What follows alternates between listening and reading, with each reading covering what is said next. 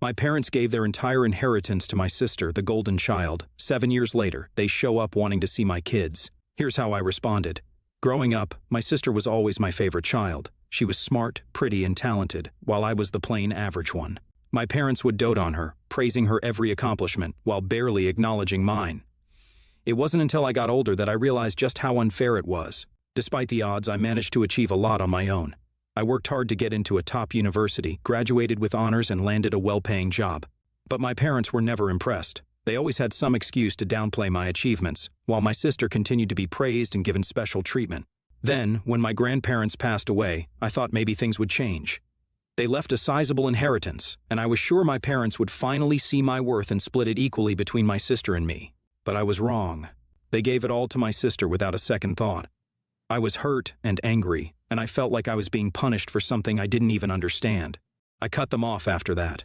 I couldn't bear to see them and pretend like everything was okay. It wasn't just about the money. It was about the years of neglect and favoritism that had finally come to a head. I didn't want to have anything to do with them anymore. I met my husband a few years later, and we got married in a small ceremony with only our closest friends and family. I didn't invite my parents or my sister because I knew they wouldn't care much either way, and I only wanted people who were genuinely supportive and loving around me on my special day. A few years later, I became pregnant with twins, a boy and a girl.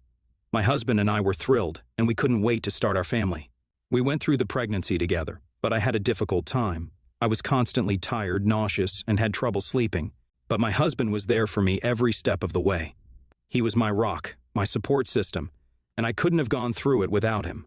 When our twins were born, it was the happiest day of my life. Holding my children for the first time was an indescribable feeling.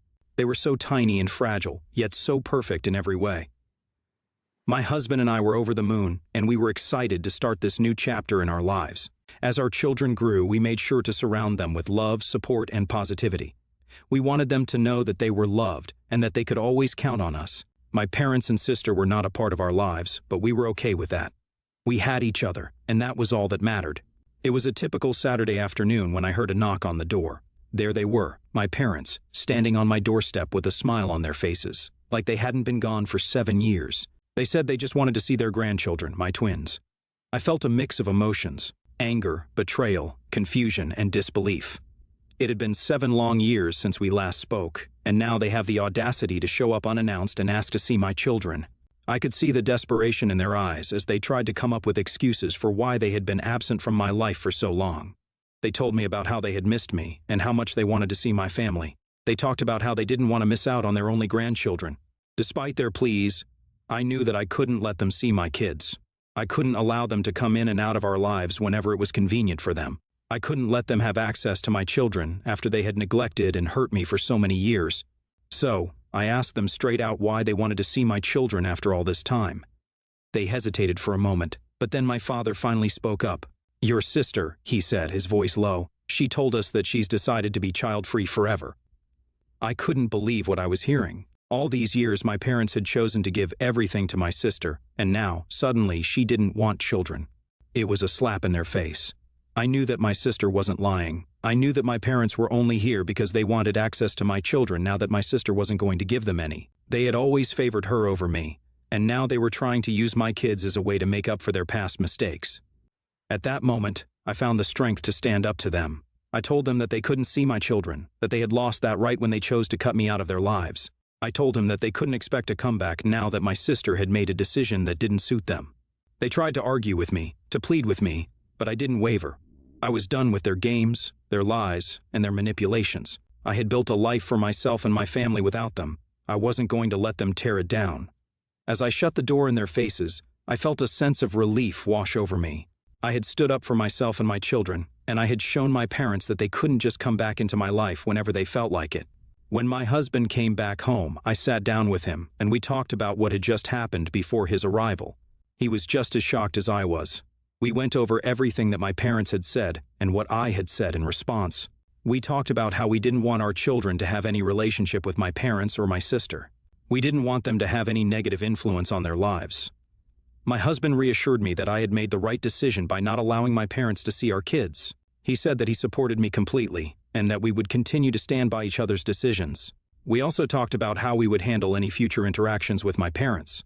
We decided that we would continue to keep our distance and focus on our own family. As the days passed, I kept thinking about what had happened. I felt angry, hurt, and betrayed.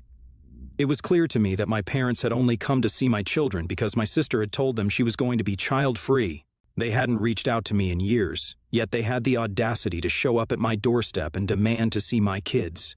It was unbelievable. As much as I tried to rationalize their behavior, I couldn't understand how they could be so selfish and cruel. I had always been there for them, even when they ignored me and favored my sister, and now they expected me to forget all of that and let them into my life as if nothing had happened. It was insulting, and it made me even more determined to keep them away from my family. Update 1. My parents didn't stop at showing up uninvited on my doorstep. A few weeks later, my husband received a call from my mother. She was crying and pleading with him to let her see her grandchildren. She went on and on about how much she missed them and how they deserved to know their grandparents. My husband stayed calm and polite but firm. He told her that they couldn't come over and that he and I had made our decision. But my mother kept pushing and trying to emotionally blackmail him. She said things like, "We don't have much time left, or please don't keep us away from them," and "Your wife is being cruel, don't you care about your parents?" And then they resorted to bribing him. They offered to buy us a new car or pay for our kids' education if we let them see their grandkids. My husband refused their offers and hung up on them. I was so angry when he told me about the conversation. How could they try to bribe us to see our children? It felt like they didn't care about the harm they had caused and were only interested in getting their way. I was shocked and angered when my husband told me about my parents' attempt to emotionally manipulate him into seeing our children. It was clear that they were desperate to see them and were willing to resort to any means necessary. It felt like a betrayal, not just of me, but of my family as a whole. I couldn't understand how they could be so selfish and manipulative. It was as if they didn't even care about the fact that they had completely cut me out of their lives and left me with nothing but only wanted access to my children. It made me feel like I was just a tool to be used and discarded when it was convenient for them. I was especially hurt by their attempt to bribe my husband. It was as if they didn't care about the fact that he was my partner and that we were in this together. They were trying to drive a wedge between us and use our children as leverage. It was disgusting and made me feel sick to my stomach. I was determined not to let them get their way. I knew that letting them see our children would only validate their behavior and make them think that they could get away with anything. I was not going to be manipulated by them anymore. They had made their choice years ago, and they had to live with the consequences of it. My husband and I talked about it extensively, and we both agreed that we had to stand our ground. We would not let my parents, or anyone else, manipulate us or our children. We would stick to our decision. We were a family, and we would protect each other no matter what. NTA. I completely support your decision. Your parents have shown time and time again that they don't value you or your accomplishments, and it's not fair for them to try and suddenly come back into your life just because they want to see your kids. You have every right to protect your family and your peace of mind. YTA. I think you should at least hear them out. They are your family after all, and it's not healthy to hold grudges forever. Maybe they do have a valid reason for what they did. Plus, your kids might benefit from having more people who care about them. NTA. Honestly, your parents and sisters sound like terrible people. It's disgusting that they would try to bribe your husband just to see your kids. You're absolutely right to keep them away from your family. Don't let them guilt trip you into thinking otherwise. Next story. I, 28, female, like many women, have learned due to the pandemic that I don't have to dress up to society's ridiculous beauty standards. Before, I used to dress to the nines and made sure I always wore heavy makeup, James Charles, Nikkie Tutorials level of makeup, and make sure my skin was as unblemished and smooth as a baby's skin. And we're not even going to get started on my hair situation. Well, my husband, 30, male, is annoyed by this. He said he liked my old look, and he's embarrassed to go out with me now that I've decided to be a lazy slob. I told him I still dress up when we go on dinner dates, when we have important occasions. I just don't feel like wearing makeup and heels to go to the grocery store or clean the toilet anymore. He said it wasn't that hard to put on some makeup and shave, so I told him if he thought so, then to prove it, go through the same treatment I go through to look good, as he put it. He agreed, because if I've been doing it for years, how hard could it be? He learned how painful waxing is. Soon after, he learned how long it takes a woman with long, thick, waist-length hair to wash, dry, and style it. He learned how uncomfortable wearing certain outfits every day was for me, and since he wanted me to wear makeup, he had to as well. He was in too deep, so he let me do his makeup. I didn't go full drag. I only did some stuff that would enhance his features, yet show him how much effort goes into makeup. Needless to say, after a full day of this, he told me he was sorry, and he didn't realize how much work I put into my appearance. I told him to now imagine the woman who goes around getting lip fillers and Botox, and he laughed and said thank God I wasn't that high maintenance. We both had a laugh about it, and I felt I proved my point. Issue, he was talking to his sisters and told them what I did, which they found hilarious because they too also feel it's about time men understood how much work some women put into their looks. Well, he told his mom what I did, and now she's been calling and texting me about how I abused her son, how it's a woman's duty to look good for her husband, and how I'm going to drive him away by being a lazy slob, and to not be surprised when I end up divorced or cheated on. I ignored her, but my husband's now defending me from his mother, and she's mad that he's defending me. Anyway, did I mess up? I was just trying to prove a point. My mother-in-law hates me. She wanted her son to marry a tall, white, blonde, blue-eyed Instagram model who she could be besties with, and instead, I'm Latina, short, and don't agree with her views. NTA, but beware, OP. You have an unusual human being for a husband, as apparently, if he doesn't understand your point of view, he will actually let you put him in your exact position so that he can see it from your point of view. So, don't use this power too much, or it might weaken, and don't use this powerful Ibila. NTA. You're married to a wonderful man. Yeah, first he had toxic views of women, but he changed relatively quickly, and now he's defending you against the person that gave him this view. I've read enough stories of this idea where women give men the same treatment of waxing, makeup, etc., but the man gets super angry, saying the woman humiliated them and went crying to their moms. But you have men who recognize when he's in the wrong. Next story, X and I, both fertiles, have 2 children together. Our son is 11 and our daughter is 8. X is married to Jenna and is a stepfather to her 4 children between the ages of 5 and 11. X's second marriage has created quite the complicated dynamic between us and for our kids. He finds it impossible to make time for the kids to have their extracurriculars when his stepkids have theirs in different places. So he attempted to force the kids to quit the stuff they like and take other stuff. I stepped in and offered to drive them, but he turned me down.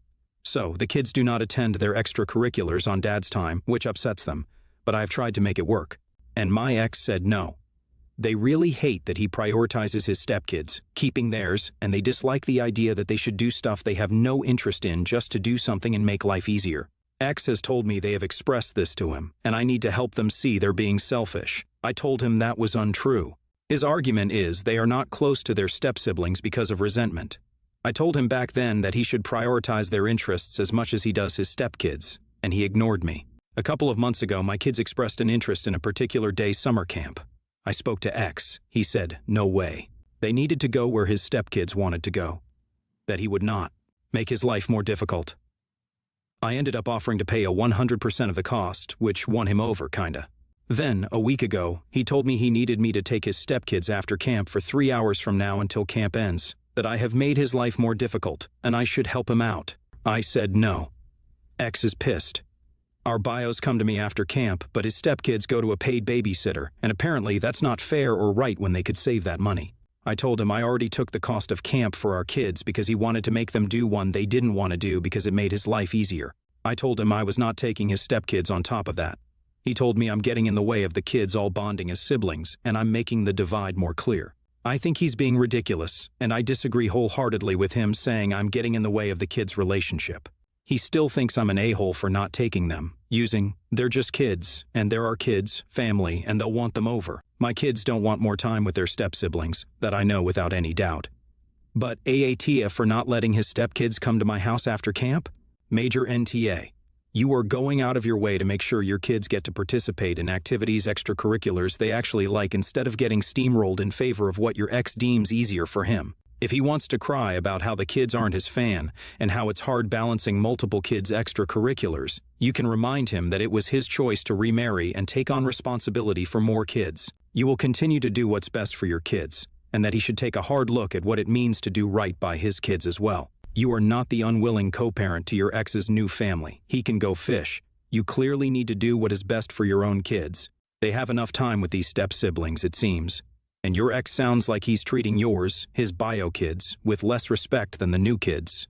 I expect there's a shared load of toxic and manipulative behavior going on here. He is using emotional blackmail of what the kids want, need, to make you do what he wants. Obvious since this line of argument just so happens to be what he needs to help him out. What an ah.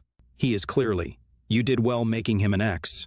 Don't let him bagel his way into controlling your life more than he can through being a co-parent to your shared bio kids. You go to lay down the boundaries hard and firm so he knows not to cross them. NTA. Your ex is focusing on keeping peace within his blended family. He's trying to co-opt you to help him to do this. That isn't, and shouldn't be, your priority. Your focus and attention should be on your kids. That's not to say you shouldn't encourage good relations between the kids, but he's asking you to go too far. It's the equivalent of holding back a more talented student so others don't feel inferior. The children are different. Your ex may want to treat his stepkids and his bio kids all the same, but that's simply his decision. You have the right to support your own children's rights and needs. If that means they have opportunities not available to the other kids or different interests, so be it. In other words, the way you're handling things is great, and you're right to turn down the babysitting. That's not a reasonable expectation from your ex.